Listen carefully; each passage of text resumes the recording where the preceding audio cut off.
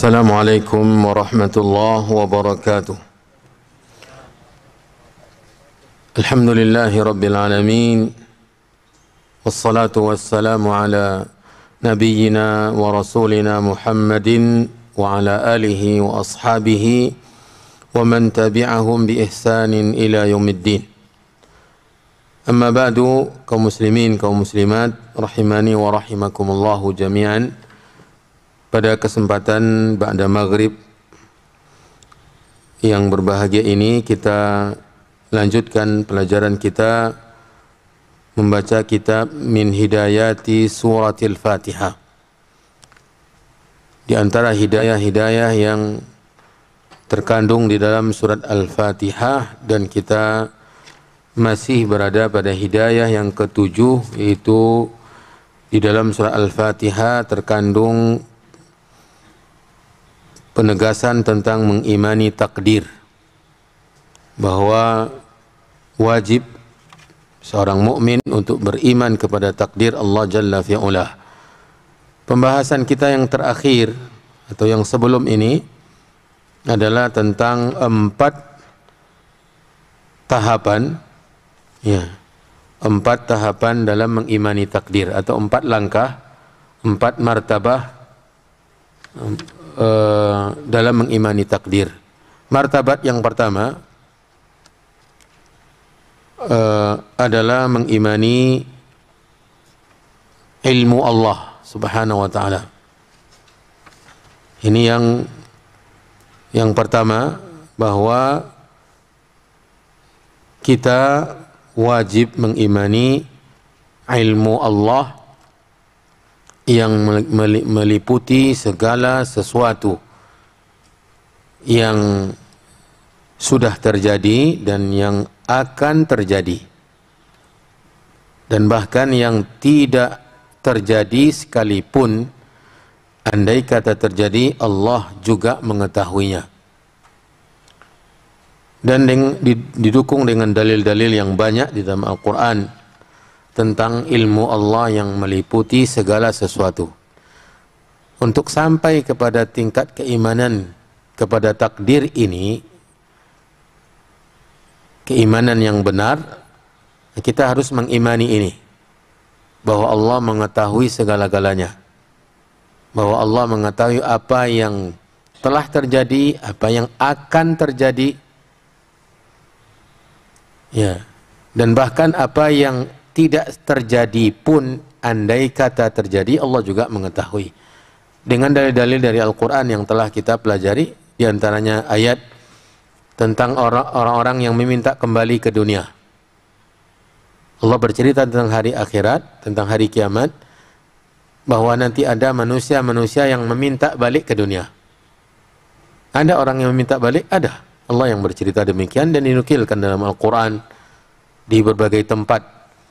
Lalu Allah mengatakan, andai kata mereka dibalikkan ke dunia, maka mereka akan kembali berbuat dosa. Balik saja tidak terjadi, andai kata terjadi mereka balik, maka mereka akan berbuat dosa lagi. Berbuat dosanya ini kan tidak terjadi. Jangankan berbuat dosanya, kembalinya pun tidak akan terjadi. Tetapi Allah mengabarkan, andai kata mereka balik lagi, mereka tetap akan berbuat dosa. Ini menunjukkan bahwa Allah mengetahui apa yang tidak terjadi. Jika ditakdirkan oleh Allah terjadi, maka Allah mengetahuinya. Kemudian kita lanjutkan ke tingkat yang kedua dalam mengimani takdir. Dari 4 tingkat, tingkatan yang keduanya adalah, kata penulis, ats-tsaniyah, yang kedua, al-imanu bi anna Allah azza wa jalla kataba maqadiral khalaiqi wa jami'a ma huwa kainun fil lauhil mahfuz. Ya, mengimani bahwa Allah Subhanahu wa ta'ala menulis, Allah Subhanahu wa ta'ala telah menulis maqadiral khalaiq, takdir-takdir semua makhluk. Ya, semua yang akan terjadi ditulis di Al-Lawh Al-Mahfuz. Al-Lawh Al-Mahfuz ini adalah catatan takdir. Jadi semua yang akan terjadi dicatat oleh Allah di Lauhil Mahfuz. Ya. Al-Lauh artinya lembaran-lembaran. Ya. Al-Lauhu artinya lembaran-lembaran. Al-Mahfuz yang dijaga. Al-Mahfuz artinya yang dia hafal, yang dijaga, yang dilindungi, dipelihara. Maksud Allahul Mahfuz adalah catatan takdir yang tidak diketahui atau dijaga rahasianya oleh Allah. Sehingga tidak ada yang mengetahui apa yang tercatat di sana. Dari semua takdir. Allah Subhanahu wa taala berfirman tentang pencatatan takdir ini. Yang pertama di dalam surat Al-Qamar ayat 52 dan 53. Bahwa semua dicatat, ya, semua tertulis di Lauhil Mahfuz. Allah berfirman, wa kullu syai'in fa'aluhu fi zubur. Ini ayat yang ke-52. Wa kullu syai'in fa'aluhu fi zubur. Dan setiap apa atau setiap sesuatu yang mereka lakukan fi zubur. Di dalam zubur itu catatan-catatan. Di dalam catatan-catatan. Maksudnya Lauhil Mahfuz. Ini menunjukkan semua dicatat di Lauhil Mahfuz. Bahkan Allah menegaskan pada ayat yang ke-53, wa kullu saghirin wa kabirin mustatar. Dan setiap yang kecil dan yang besar ditulis. Ya. Ini menunjukkan bahwanya semua ditulis. Yang kecil, yang besar ditulis oleh Allah Subhanahu wa taala. Sebagian ulama mengatakan untuk ayat yang kedua ini itu ditulis di catatan malaikat. Itu amalan manusia ditulis di catatan malaikat, yang baik dan yang buruknya. Yang dicatat oleh malaikat semua, yang kecil, yang besar dicatat oleh malaikat. Makanya Allah bercerita di surah Al-Kahfi, wa wudi'al kitabu fataral mujrimina mushfiqina mimma fi wa yaquluna ya waylatana ma li hadzal kitabi la yughadiru saghiratan wala kabiratan illa ahsaha wa wajadu ma amilu hadiran wa la yadhlimu rabbuka ahada. Ini catatan perbuatan manusia, dicatat oleh malaikat. Dicatatan amalan mereka masing-masing. Ketika catatan itu dibagi-bagikan, wa wudi'al kitab, maka engkau melihat orang-orang yang berdosa. Yang catatan amalan, buku catatan amalan itu dosa semua. Ya. Fataral mujrimina musfiqina, takut. Ya, musfiqina mimma fihi, dari apa yang ada di dalamnya, wa yaquluna, dan mereka mengatakan ya wailatana, aduhai celakalah kami. Ma li hadzal kitabi, kenapa catatan ini? La yughadiru saghiratan, tidak menyisakan yang kecil, wala kabiratan, dan yang besar, illa ahsaha, kecuali dia menghitungnya. Jadi tercatat semua perbuatan amalan kita manusia. Ini makna dari ayat yang ke-53. Adapun yang pertama, wa kullu syai'in fa'aluhu fiz zubur, itu dicatat di Lauhil Mahfuz. Jadi yang kita perbuat itu kan takdir. Ketika sudah terjadi, kita lakukan, dicatat baik buruknya, dan itu sudah dicatat sebelumnya di Lauhil Mahfuz. Ya, di catatan takdir makhluk yang dicatat oleh Allah Subhanahu wa taala. Ya. Ini dalil yang pertama tentang pencatatan ini. Dan itu tingkatan yang kedua, bahwa yang diketahui oleh Allah di tingkatan yang pertama, karena Allah mengetahui semua yang akan terjadi, yang telah terjadi, yang akan terjadi, itu semuanya dicatat. Tentang kejadian-kejadian di alam semesta ini dicatat di Lauhil Mahfuz. Ini tingkatan yang kedua. Walihada qala alaihi salatu wassalam, maka dari ini Nabi SAW bersabda, mengabarkan tentang pencatatan ini. Kataballahu maqadiral khalaiqi, Allah telah menulis takdir-takdir makhluk. Itu semua yang terjadi di alam semesta ini dicatat oleh Allah. Kapan? Qabla an yakhluqas samawati wal arda bi 50 alf sana. Sebelum Allah mencipta langit dan bumi 50.000 tahun. Bi 50 dengan 50 alf ribu sana tahun. Jadi 50.000 tahun sebelum penciptaan alam semesta, langit dan bumi ini, Allah sudah menulis semua kejadian. Termasuk penciptaan langit dan bumi. Ya. Wa arsuhu 'alal ma. Ketika pencatatan ini, arsy Allah berada di atas air. Ya. Jadi arsy Allah termasuk makhluk yang jauh lebih dahulu dicipta oleh Allah Subhanahu wa taala dari makhluk-makhluk yang lain. Ya, wa arshuhu 'alal ma, sementara arasnya di atas air, diletakkan oleh Allah di atas air. Hadis ini diriwayatkan oleh Imam Muslim. Hadis sahih diriwayatkan oleh Imam Muslim. Ini kabar dari Nabi bahwa Allah telah mencatat takdir-takdir makhluk. Ya. Sebelum diciptanya langit dan bumi 50.000 tahun. Arasnya sudah ada. Ya. Dan berada di atas air. Ya, berada di atas air. Air yang dikabarkan di sini, apakah air yang ada di dalam bumi sekarang ini? Tentu jawabannya tidak, karena Allah Subhanahu wa taala belum mencipta langit dan bumi. Ini masih pencatatan, penulisan apa yang akan terjadi. Ya. Kemudian Allah Maha Kuasa untuk mencipta ya air tanpa ada bumi. Tanpa ada bumi. Karena Allah Maha Kuasa Subhanahu wa taala. Kemudian Nabi juga bersabda mengabarkan tentang pencatatan takdir ini. Wa qala alaihi salatu wassalam, inna awwala ma khalaqallahu al-qalam. Inna awwala ma khalaqallahu al-qalam. Faqala aktub. Faqala ma aktub. Qala aktubul qadar ma kana. Wa ma huwa kainun ilal abadi. Ya. Sesungguhnya awal pertama Allah mencipta pena, ini makna yang pertama. Bukan berarti pena yang pertama kali, tetapi awal pertama Allah mencipta pena. Ya, Allah Subhanahu wa taala menyuruh, mengatakan kepada pena, tulis atau tulislah. Ya. Tulislah. Allah firmankan kepada pena untuk menulis.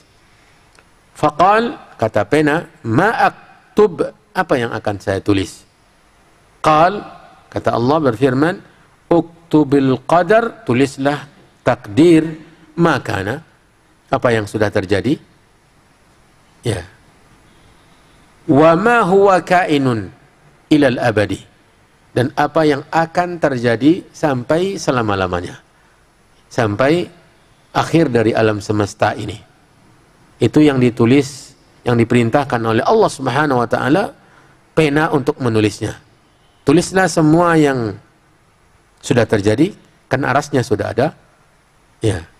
Air yang bukan bumi, yang bukan berada di bumi sudah ada. Ya. Kemudian pena ini termasuk, ya. Ini makna yang pertama. Yang kedua, menurut para ulama yang mensyarahkan hadis ini, bahwa yang pertama kali dicipta oleh Allah pena. Inna awwala ma khalaqallah al-qalamu. Sesungguhnya yang pertama kali dicipta oleh Allah pena. Yang tadi, sesungguhnya pertama kali Allah cipta pena, Allah berfirman. Jadi saat penciptaan pena itu, pertama kali Allah perintahkan untuk bekerja. Ya, untuk bekerja yaitu menulis semua takdir. Ini pena takdir namanya. Pena takdir, ya pena yang mencatat ya semua kejadian. Ini hadis dikeluarkan oleh Imam Tirmidzi dalam kitab sunannya dan dinilai sahih oleh Albani. Ya. Kemudian famin imanika bil qadar, maka di antara bentuk engkau mengimani takdir, imanuka anna kulla syai'in maktubun fil lauhil mahfuz. Ya. Di antara bentuk keimananmu kepada takdir adalah engkau beriman dengan, atau engkau beriman bahwa segala sesuatu tertulis di Lauhil Mahfuz. Engkau harus mengimani bahwa segala sesuatu sudah tertulis di Lauhil Mahfuz. Ditulis sebelum penciptaan alam semesta ini 50.000 tahun. Di Lauhil Mahfuz ditulis oleh pena, dan pena itu adalah pena takdir. Allah mencipta pena, kemudian disuruhnya pena itu untuk menulis. Allah Maha Kuasa. Tanpa ada yang menggerak-gerakkan, pena diperintah oleh Allah. Karena pena makhluk Allah Subhanahu wa ta'ala. Maka pena itu pun menulis semua takdir. Dan itu mesti diimani. Ya, bahwa semua yang akan terjadi atau yang sudah terjadi, baik sekarang ini ataupun sebelum-sebelumnya, itu sudah tertulis di Lauhil Mahfuz. Allah Subhanahu wa ta'ala berfirman dalam surat Al-Hajj ayat 70. Surat Al-Hajj ayat 70, "Inna dzalika fi kitab." Sesungguhnya itu tertulis di kitab. Maksudnya Lauhil Mahfuz. "Inna dzalika 'ala Allah yasir." Sesungguhnya itu atas Allah sangat mudah untuk mengkamuskan semua yang akan terjadi dalam catatan takdir dengan mencipta pena, lalu pena itu disuruh untuk menulis semua kejadian yang jauh, yang belum terjadi sama sekali. Dia hanya kamusnya. Nanti akan terjadi sesuai dengan yang tertulis di Lauhil Mahfuz. Sesuai dengan yang tertulis di Lauhil Mahfuz. Dan yang tertulis di Lauhil Mahfuz itu, yang disuruh, yang ditulis oleh pena itu, semua yang diketahui oleh Allah. Dari sesuatu yang akan terjadi. Ini tingkatan yang kedua, yaitu penulisan takdir. Maka perbuatan kita di malam hari ini, di malam Jumat ketiga di bulan November 2020, sebelum terjadinya tadi sudah tertulis. Dan kita yakin bahwa dia sudah tertulis karena sekarang sudah terjadi. Kita tahunya bahwa itu tertulis sebelum dicipta alam dunia langit dan bumi ini 50.000 tahun, karena dia sudah terjadi sekarang. Yang akan terjadi kita tidak tahu apakah tertulis atau tidak, karena pengetahuan kita tentang takdir ini setelah terjadi. Adapun sebelum terjadi kita tidak tahu. Adapun sementara Allah Subhanahu wa ta'ala mengetahui, ya, mengetahui semua yang akan terjadi di alam semesta ini. Dan itulah yang ditulis di Lauhil Mahfuz.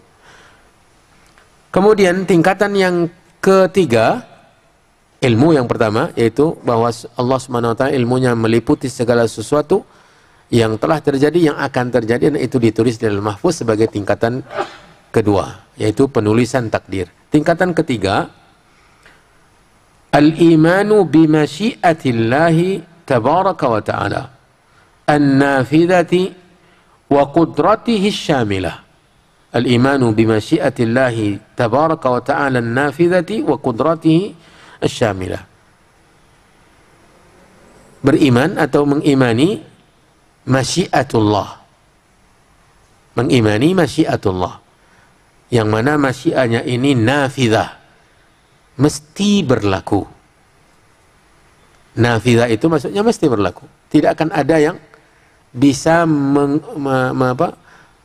menggagalkan masyiah ini. Tidak akan mungkin ada. Mengimani atau beriman dengan masyiatullah yang nafidah, yang mesti berlaku, wa qudratihi syamilah, dan kekuasaan Allah yang meliputi atau yang mencakup. Maksudnya kekuasaan Allah itu tidak ada batasnya. Kalau kita kan kemampuan kita terbatas. Makhluk ini dicipta oleh Allah dengan kemampuan terbatas. Kemampuan tenaga kita, kemampuan yaitu tenaga kita dalam berjalan, dalam melangkah, ya, dalam berlari, tangan kita bergerak, dan tangan kita menulis, kemampuannya terbatas. Kemudian pandangan mata kita juga kemampuan terbatas. Ya, walaupun dia sekuat-kuatnya, tetapi kalau terhalangi oleh, ya, sehelai kain yang tidak terlalu tebal, maka pandangan mata kita terhalangi oleh tirai tadi. Walaupun mungkin tidak terlalu tebal, tapi sudah menghalanginya, menghalangi pandangan mata. Kemudian pandangan mata kita juga dibatasi oleh jarak. Lihatlah ke atas. Ya. Yang terlihat oleh kita itu batas pandangan kita. Batas pandangan kita. Ini menunjukkan bahwa kemampuan kita terbatas. Kemampuan Allah, kekuasaan Allah, itu tidak ada batasnya. Qudratuhu syamilah. Tidak ada yang melemahkan Allah. La yu'jizuhu syai'. Tidak ada yang membuat Allah lemah. Semuanya mudah bagi Allah Jalla fi'ula. Jadi kita harus mengimani, ketika kita hendak mengimani takdir dengan iman yang benar, kita harus mengimani bahwa Allah memiliki masyiatun nafidah, kehendak yang mesti berlaku. Ya. Masyiat itu artinya kehendak. Kehendak yang mesti berlaku dan kemampuan yang tidak ada batasnya. Wa anna ma sya'allahu kan wa ma lam yasha' lam yakun. Yaitu bahwa apapun yang dikehendaki oleh Allah terjadi. Dan apa yang tidak dikehendaki oleh Allah tidak akan terjadi. Ma sya'allahu kana, apa yang dikehendaki oleh Allah terjadi. Wa ma lam yasha', dan apa yang tidak dikehendaki, lam yakun, tidak akan terjadi. Ini luar biasa. Kenapa kehendak Allah ini berlaku? Karena kekuasaannya tadi, kemampuannya yang tidak ada batasnya. Kenapa kehendak kita tidak berlaku? Karena kemampuan kita terbatas. Tenaga kita terbatas. Daya kita terbatas. Sementara Allah yang mencipta kemampuan kita, mencipta daya dan kekuatan kita, ya, maha, tidak ada batas kemampuannya. Tidak ada batas kemampuan Allah Subhanahu wa taala. Allah berfirman tentang masyiahnya yang mesti berlaku ini dalam surat At-Takwir. Idza syamsu kuwirat, pada juz 30 ayat 28-29. Liman syaa'a minkum ay yastaqim. Bagi siapa yang berkehendak di antara kalian untuk istiqamah, untuk lurus. Ya. Wa ma tasha'una illa an yasha Allah. Dan tidaklah kalian berkehendak kecuali apabila Allah berkehendak. Maksudnya kehendak kita itu mesti diizinkan oleh Allah, baru berlaku. Kalau tidak, kalau Allah tidak berkehendak, maka kehendak kita tidak ada apa-apanya. Ya. Rabbul Alamin, karena dia pencipta, pengatur, penguasa alam semesta. Di sini ada satu hal yang perlu kita catat, karena keimanan kepada takdir bukan melepaskan masyiah dari manusia. Bahwa kita ini bagaikan robot, tidak punya kehendak. Sama sekali tidak. Kita punya kehendak. Ya, kita punya kehendak. Di sini Allah juga menetapkan kehendaknya, kehendak kita. Wa ma tasyauna. Ya. Kemudian Allah mengatakan liman syaa'a minkum. Jadi kita ditetapkan oleh Allah punya kehendak. Cuma kehendak kita itu harus sesuai dengan kehendak Allah, baru terjadi. Kalau tidak, tidak akan mungkin terjadi. Kalau kehendak kita saja, sementara Allah tidak berkehendak atau menghendaki yang lain, maka tidak akan terjadi kehendak kita. Wa ma tasyauna illa an yasha Allah. Illa an yasha Allah. Inilah tingkatan yang ketiga. Kemudian kata penulis, fal umuru kulluha bimasyiatillah. Maka segala sesuatu, segala urusan berdasarkan kehendak Allah. La yumkinu an yakuna fi hadzal kauni. Tidak akan mungkin terjadi di alam semesta ini apapun juga.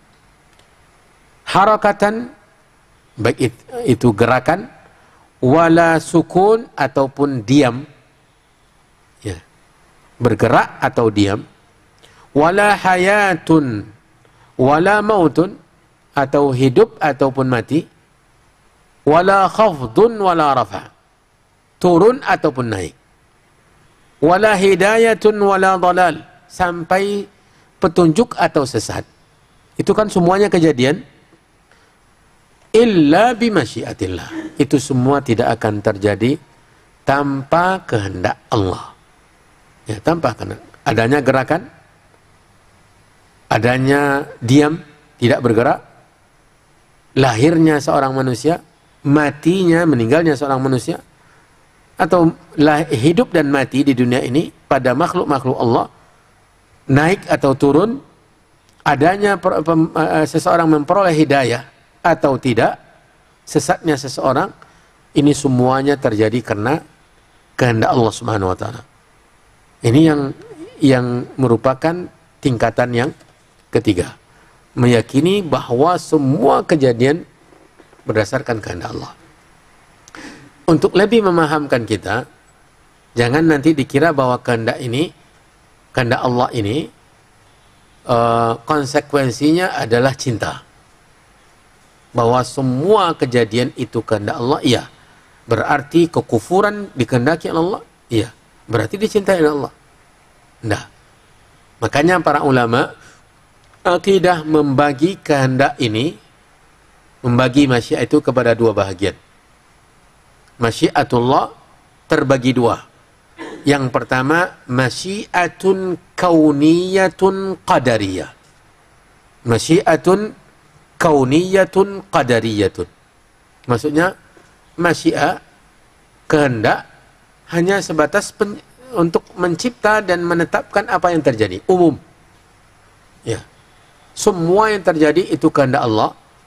Dan ini masyiatun kauniyatun qadariyah ini mutlak karena takdir saja. Allah menakdirkan apapun juga. Dari yang tadi, hidup, mati, naik, turun, memperoleh hidayah, tidak memperoleh hidayah, atau yang lain-lainnya, ini semuanya kehendak kauniyah qadariyah. Dan kehendak kauniyatun qadariyatun ini tidak ada kaitannya sedikit pun dengan cinta. Dia mutlak hanya sebatas pengaturan alam semesta. Kan Allah yang mengatur, Allah yang menetapkan. Maka semua kejadian itu kehendak Allah. Ya, semua kejadian kehendak Allah. Ya. Dalam peperangan antara orang beriman dengan orang yang kafir kepada Allah, ternyata menang orang kafir, kehendak Allah. Ya, karena tidak ada kaitannya dengan cinta. Kemudian yang kedua, masyiah yang kedua apa? Masyiatun syar'iyyatun, masyiah syar'iyah. Diniyah. Syar'iyyatun diniyah, yaitu berkenaan dengan syariat dan agama. Ya, berkenaan dengan syariat dan agama. Dan ini yang berkenaan dengan cinta. Perbedaan antara yang pertama dan yang kedua, masyiah kauniyah qadariyah dengan masyiah syar'iyyatun diniyah adalah, ya, kalau yang pertama mesti terjadi. Yang pertama ini mesti terjadi. Kalau yang kedua belum tentu terjadi.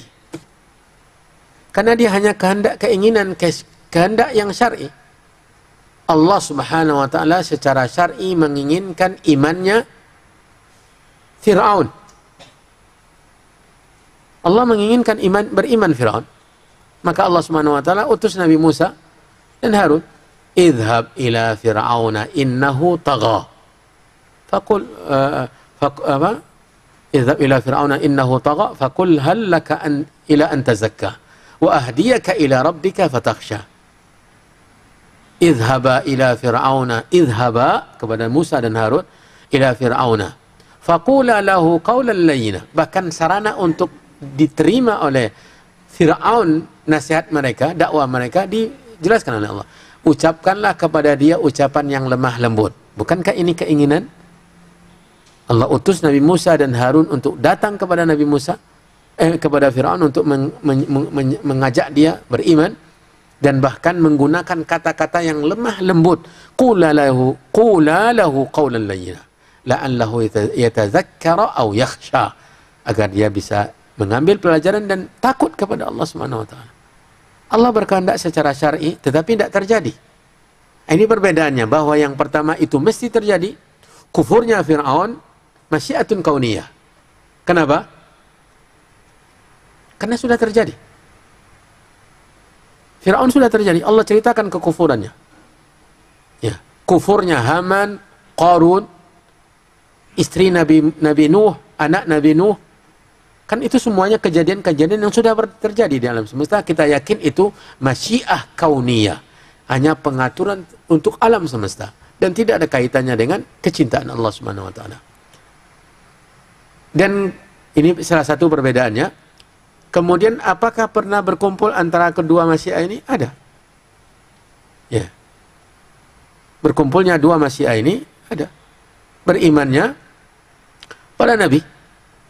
Berimannya Nabi Lut, berimannya anak Nabi Lut. Ya. Bukankah itu sudah terjadi? Iya, dan itu masyiah qadariyatun kauniyah. Karena sudah terjadi, kita yakin karena itu sudah terjadi. Bahwa itu dikehendaki oleh Allah. Ya, dalam proses pengaturan alam semesta, dan itu juga masyiatun diniyatun syar'iyah. Kenapa? Karena dia iman, berhubungan dengan keimanan, ketakwaan, kesolehan, syariat. Ya, maka berkumpul keimanan antara masyiah kauniyah qadariyah dengan masyiah diniyatun syari'iyah pada kejadian-kejadian yang telah berlalu dari berimannya ya istri Fir'aun. Ini masyiah qadariyah, masyiatun kauniyatun qadariyah sekaligus masyiatun diniyatun syari'iyah. Kenapa? Karena itu beriman. Ya. Sementara kufurnya Fir'aun itu semata-mata masyiah qadariyah kauniyah karena tidak dicintai oleh Allah.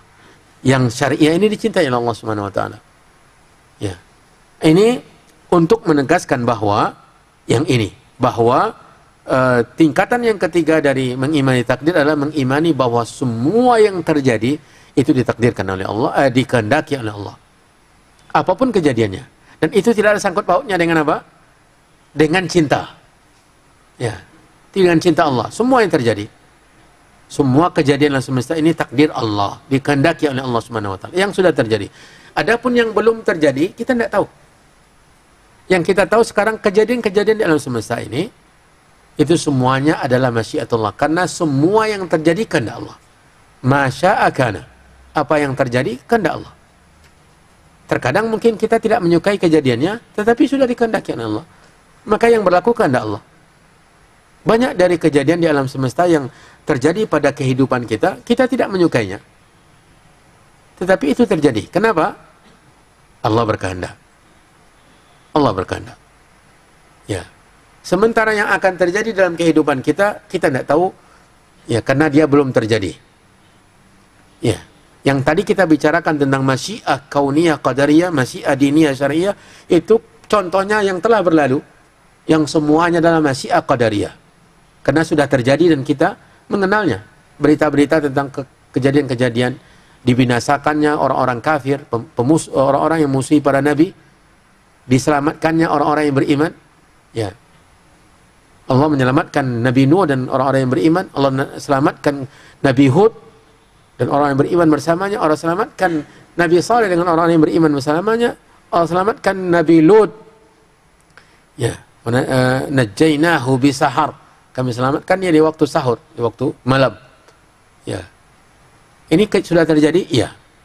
Dan itulah perbincangan kita tentang takdir. Adapun yang belum terjadi, kita tidak tahu apa yang terjadi. Ya. Dan terbagi dua tadi, kejadian-kejadian tadi. Bila mana dia mutlak hanya sesuatu yang tidak ada kaitannya dengan masyiatullah, dengan cinta Allah, maka dia masyiah kauniyah qadariyah. Tidak ada kaitannya dengan cinta Allah. Kufurnya Fir'aun, takdir. Tapi Allah tidak menyukainya. Justru Allah yang menginginkannya adalah dia beriman. Makanya Allah utus Nabi. Ya. Kufurnya istri Nabi Nuh dengan anaknya. Takdir. Masyiah kauniyah dikehendaki oleh Allah. Dan Allah Subhanahu wa Ta'ala secara syar'i tidak menginginkannya. Makanya Nabi Nuh mengajak anaknya untuk beriman.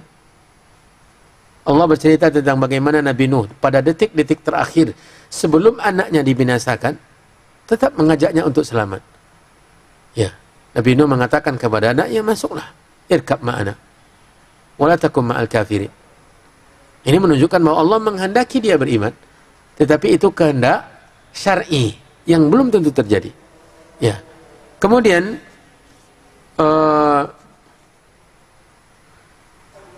qila Qila li a'rabiyyin, dikatakan kepada salah seorang Arab Badui. Orang Arab Badui ini beragama dengan fitrah, karena tidak ada yang merusaknya. Tidak ada orang-orang yang rusak pemikirannya berdakwah kepada mereka dahulu.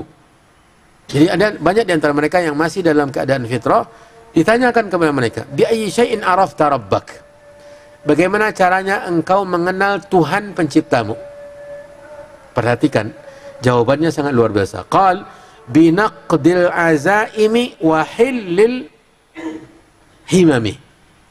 Dengan adanya pembatalan terhadap sesuatu yang sudah hampir kami kerjakan. Misalnya kita sudah berazam sekali untuk melakukan pekerjaan, tiba-tiba kita mengurungkannya tanpa ada alasan apapun. Tidak adanya mood untuk melakukannya, akhirnya kita mengurungkan niat untuk pergi. Tidak ada yang menyuruh kita atau menghalang-halangi kita. Tiba-tiba tidak ada selera. Ini dia caranya mengenal Allah Subhanahu wa taala. Adanya pembatalan-pembatalan azam atau adanya pembatalan-pembatalan rencana. Rencana mau pergi, tiba-tiba tidak jadi. Tanpa ada apapun uzurnya. Nah, dengan cara itu orang Badui tadi mengenal bahwa itu ada kekuatan, yaitu pencipta alam semesta, Allah Subhanahu wa taala. Ya. Kemudian wa min aqwalil muslimin al jamila, di antara ucapan orang-orang muslim ya yang indah, masya Allahu kana wa ma lam yasha lam yakun. Ini ucapan yang dituntun oleh wahyu. Ucapan yang benar. Makanya ketika kita ditimpa oleh sesuatu yang tidak kita inginkan, ucapan ini menghibur. Ya. Ucapan ini menghibur bahwa apa yang dikehendaki oleh Allah terjadi dan apa yang tidak dikehendaki oleh Allah tidak terjadi. Ketika kita tidak berhasil mendapatkan apa yang kita cari, lalu kita katakan masya Allah kana. Ini meringankan ya rasa kekesalan atau ketidaksudian ketika gagal dalam mendapatkan sesuatu atau ditimpa oleh musibah. Masya Allah kana. Malam ya lam yakun. Ucapan ini menanamkan kembali. Ya, ucapan itu. Sebagaimana ucapan orang Badui tadi. Masya Allah kana wa malam ya lam yakun.